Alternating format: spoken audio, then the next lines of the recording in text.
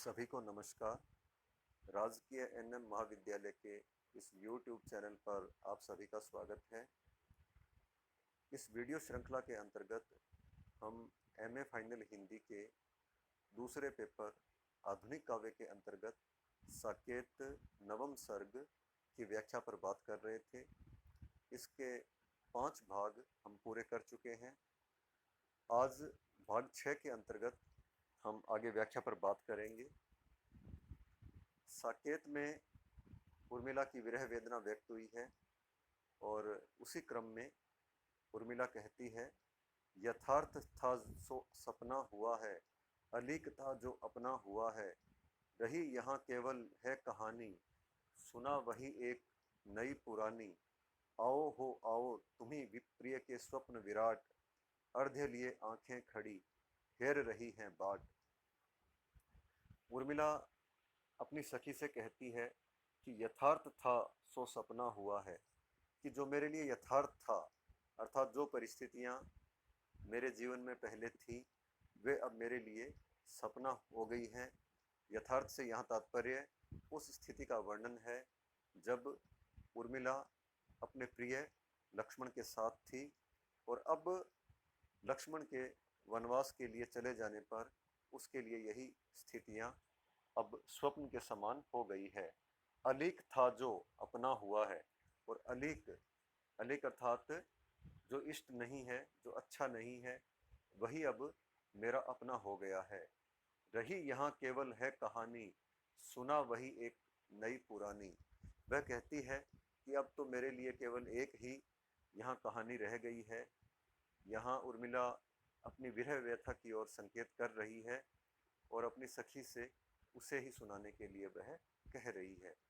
आओ हो आओ तुम्ही प्रिय के स्वप्न विराट, अर्धे लिए आंखें खड़ी हेर रही हैं बाट। उर्मिला कहती है कि मैं अपने प्रियतम को तो प्राप्त नहीं कर सकती, किंतु उनके स्वप्न तो देख ही सकती हूँ। तो वह कहती है कि मुझे उनके स्वप्न प्राप्त हों, मुझे उनके स्वप्न आए, और उसके लिए मेरी आंखें अर्धे लिए हुए खड़ी हैं, अर्थात उन स्वप्नों का स्वागत करने के लिए मेरी आंखें बाट देख रही हैं, प्रतीक्षा कर रही हैं। आजा मेरी निंदिया गूंगी, आ मैं सिर आंखों पर लेकर चंद खिलौना दूंगी, प्रिय के आने पर आवेगी, अर्धचंद्र ही तो पावेगी, पर यदि आज उन्हें लावेगी, मैं तुझसे ही लूंगी, आजा मेरी निंदिया गूंगी। यहाँ उर्मिला की विरह व्यवस्था की ओर संकेत है कि उसकी विरह व्यथा में उसे नींद भी नहीं आती है। वह अपनी नींद से प्रार्थना करती है कि हे नींद, तुम मेरे लिए आ जाओ, मैं सिर आंखों पर लेकर चंद खिलौना दूंगी। कि मैं तुम्हें सिर आंखों पर लेकर, यहाँ सिर आंखों पर लेना एक मुहावरा है जिसका अर्थ है स्वागत करना, सत्कार करना, कि मैं तुम्हारा स्वागत करूंगी और तुम्हें चंद खिलौना दूंगी, प्रिय के आने पर आवेगी, अर्धचंद्र ही तो पावेगी, पर यदि आज उन्हें लावेगी। उर्मिला कहती है कि मेरे प्रिय के आने पर यदि तू आएगी तो तुझे वह महत्व प्राप्त नहीं होगा, किंतु यदि तुम आएगी और स्वप्न में मुझे अपने प्रिय के दर्शन होंगे तो तुझसे ही लूंगी, अर्थात मैं अपने प्रिय को तुझसे ही लूंगी। यहाँ निंदिया से अपने प्रिय को लेने का अर्थ है कि जब नींद आएगी और उस नींद में जब वह अपने प्रिय के स्वप्न देखेगी तो वह नींद से ही अपने प्रिय को लेगी। आगे उर्मिला कहती है, पलक पावड़ों पर पद रखतू, तनिक सलोना रस भी चखतू, आ दुखिया की ओर निरखतू, मैं न्योछावर हूंगी, आजा मेरी निंदिया गूंगी। आगे उर्मिला कहती है, वह नींद से प्रार्थना करती है कि तुम आओ और पलक पावड़ों पर पग रख दो। मेरे पलक रूपी जो पावड़े हैं, यहाँ पलक पावड़ों में रूपक अलंकार है, वह कहती है कि मेरे पलक रूपी पावड़ों पर तुम अपने पैर रखो और तनिक कुछ सलोना रस भी तुम चखो, आ दुखिया की ओर निरख दूं, और मैं जो इस विरह व्यथा के कारण अत्यंत दुखी हूँ, इस दुखिया की ओर भी तुम तनिक देखो, मैं न्योछावर हूँगी, और यदि तुम आती हो तो मैं तुम पर न्योछावर हो जाऊंगी। हाय हृदय को थाम, पढ़ भी मैं सकती कहाँ, दुस्वप्नों का नाम लेती है सखी तू वहाँ। आगे उर्मिला कहती है कि मैं तो अपने हृदय को थाम कर पढ़ भी नहीं सकती हूँ, और उस पर सखी तुम दुस्वप्नों का नाम लेती हो। यहाँ उर्मिला कह रही है कि मुझे तो नींद ही नहीं आ रही है, और जब तक नींद नहीं आएगी तब तक दुस्वप्न की बात सोचना भी व्यर्थ है, अतः दुस्वप्न मुझे नहीं आएंगे। स्नेह जलाता है यह बत्ती, फिर भी वह प्रतिभा है इसमें, दिखे जिसमें राई रत्ती, रखती है इस अंधकार में सखी तू अपनी साख, मिल जाती है रवि चरणों में कर अपने को राख। उर्मिला आगे कहती है कि यह जो दीपक जल रहा है, इस दीपक की जो बत्ती है उसको प्रेम रूपी तेल ही जला रहा है, प्रेम ही इसे जला रहा है, फिर भी वह प्रतिभा है इसमें, और जलने के कारण भी, जलने पर भी इसमें वह प्रतिभा है कि जिसमें राई रत्ती अर्थात बहुत छोटी छोटी वस्तुएं भी इसमें दिख जाती है। रखती है अंधकार में सखी तू अपनी साख, मिल जाती है रवि चरणों में कर अपने को राख। यहाँ उर्मिला उस दीपक में जलने वाली बाती से कह रही है कि हे सखी, तू अंधकार में भी अपनी साख को बचाए हुए रखती है, और अंत में प्रातःकाल होने पर मिल जाती है रवि चरणों में कर अपने को राख, और अंत में प्रातःकाल होने तक तू रवि चरणों में स्वयं को राख बनाकर समर्पित कर देती है। खिल जाती है पत्ती पत्ती, स्नेह जलाता है यह बत्ती, और जब सूर्योदय होता है तो खिल जाती है पत्ती पत्ती, पत्ती पत्ती खिल जाती है, और स्नेह जलाता है यह बत्ती। होने दे निज शिखा न चंचल, ले अंचल की ओट, ईंट ईंट लेकर चुनते हैं हम कोसों का कोट, ठंडी न पड़ बनी रह तत्ती, स्नेह जलाता है यह बत्ती।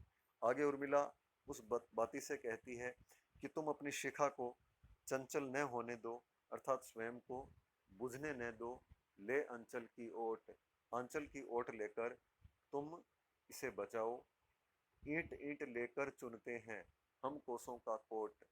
यहाँ उर्मिला कह रही है कि ईंट ईंट लेकर, यानी थोड़ा थोड़ा प्रयास करके ही हम किसी बड़े लक्ष्य को प्राप्त करते हैं।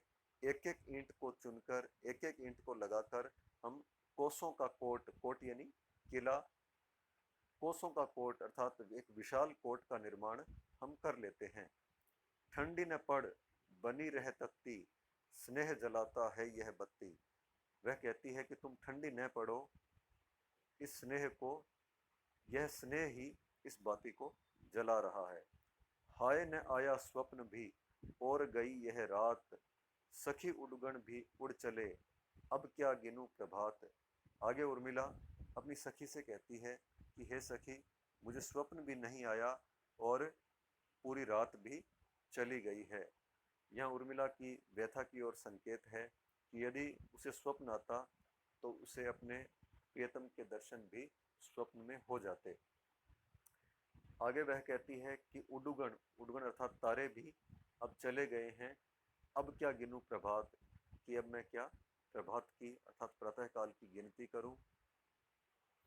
चंचल भी किरणों का, चरित्र क्या ही पवित्र है भोला, देकर साख उन्होंने उठा लिया लाल लाल वह गोला, सखी नील नभस्सर में उतरा यह हंस आहा तरता तरता, अब तारक मुक्तिक शेष नहीं निकला जिनको चरता चरता, अपने हिम बिंदु बचे तब भी चलता उनको धरता धरता, गड़ जाए न कंटक भूतल के कर डाल रहा डरता डरता।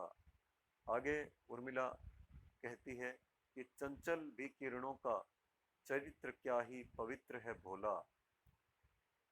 यहाँ उर्मिला प्रातःकालीन समय का वर्णन कर रही है कि जब सूर्योदय होता है तो चंचल किरणों का चरित्र अत्यंत भोला दिखाई देता है, अत्यंत पवित्र दिखाई देता है और ऐसा लगता है कि जैसे उन्होंने लाल लाल गोले को उठा लिया है। यहाँ लाल लाल गोले का तात्पर्य प्रातःकालीन सूर्योदय से है, सूर्य से है, जिसे अरुण भी कहा जाता है। सखी नील नभस्सर में उतरा, यह हंस आह तरता तरता।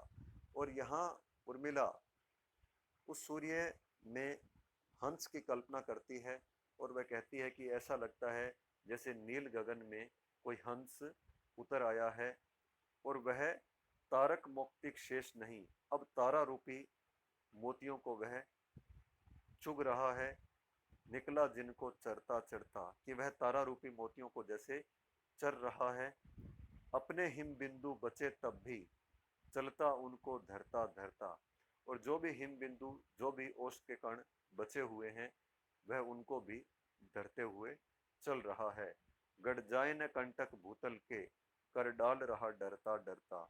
और इस भूतल के कंटक मानो उसे गड़ नहीं जाए, इसीलिए वह डरते डरते हुए अपना कर डाल रहा है, अपना हाथ डाल रहा है। भींगी या रज में सनी, अलिनी की यह पांख, अली खुली की वहां लगी, नलिनी की वह आंख। और जैसे ही सूर्योदय होता है तो कमलिनियां खिल जाती हैं, उन्हीं की ओर संकेत करते हुए उर्मिला कहती है कि जैसे नलिनियों की आंख भी अब खुल गई है, वे भी अब नींद से जाग गई हैं। बो कर कुछ काटते, सो कर कुछ काल, रो कर ही हम मरे, खो कर स्वर ताल।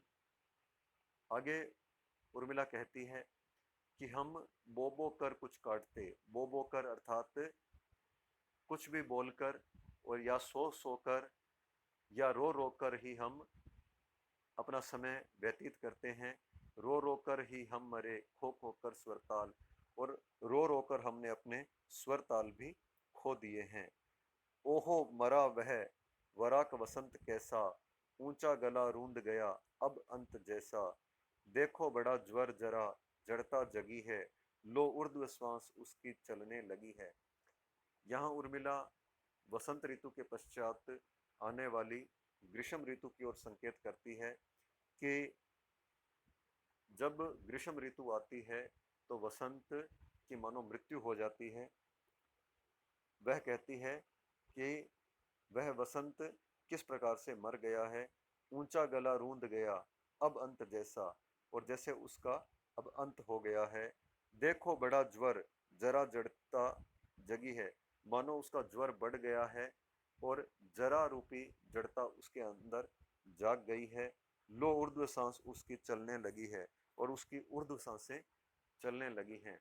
यहाँ उर्मिला किसी के मृत्यु के समय की कल्पना कर रही है कि जिस प्रकार से मृत्यु का समय आने पर व्यक्ति का ज्वर बढ़ जाता है, उसकी सांसें उर्दू चलने लगती हैं, उसी प्रकार से वसंत भी मानो अब मर रहा है।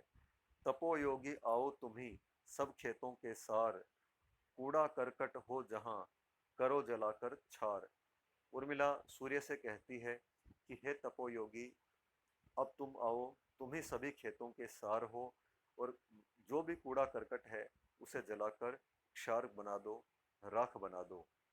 आया अपने द्वार तप, तू दे रही किवाड़, सखी क्या मैं बैठूं विमुख ले उशीर की आड़।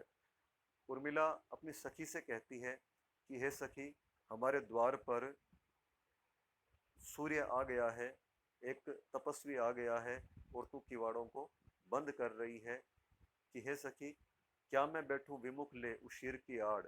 उशीर अर्थात एक प्रकार की घास, कि मैं क्या उसकी आड़ लेकर अब विमुख होकर बैठ जाऊं। अर्थात हमें ऐसे नहीं बैठना चाहिए, बल्कि हमें सूर्य का स्वागत करना चाहिए। आगे उर्मिला कहती है, ठेल मुझे ने अकेली, अंध अवनी गर्भ गेह में आली, आज कहाँ है उसमें हिमांशु मुख की अपूर्व उजियाली। अपनी सखी से उर्मिला कहती है कि हे सखी, तुम मुझे अंधेरी अवनी के गर्भ में, अवनी अर्थात धरती के गर्भ में, गर्भ रूपी गेह में मत ठेलो, आज कहाँ है उसमें हिमांशु मुख की अपूर्व उजियाली। कि आज इसमें हिमांशु मुख की अपूर्व उजियाली अर्थात चंद्रमा के मुख के समान अपूर्व उजियारा आज इसमें कहाँ है। आकाश जाल सब और तना, रवि तंतु वाय है आज बना, करता है पद प्रहार वही, मक्खी सी भिन्ना रही मही, लपट से झट रूख जले जले, नदी नदी घट सूख चले चले, विकट विकल वे मृग मीन मरे मरे, विफल ये दृग दीन भरे भरे।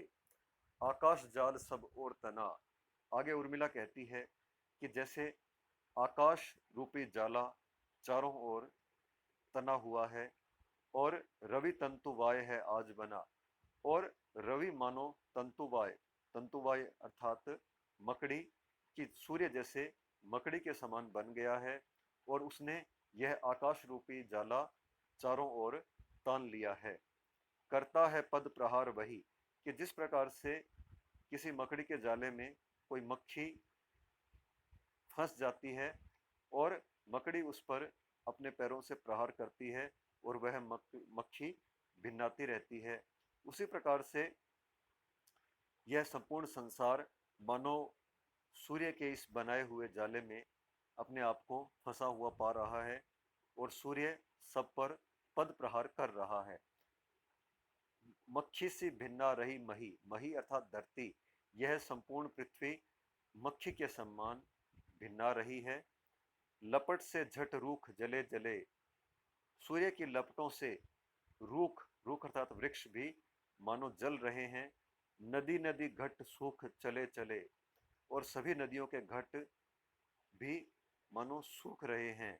विकल वे मृग दीन, विकल वे मृग मीन मरे मरे, और इस गर्मी के कारण, इस ताप के कारण मृग और मीन विकल होकर, व्याकुल होकर मानो मरे जा रहे हैं।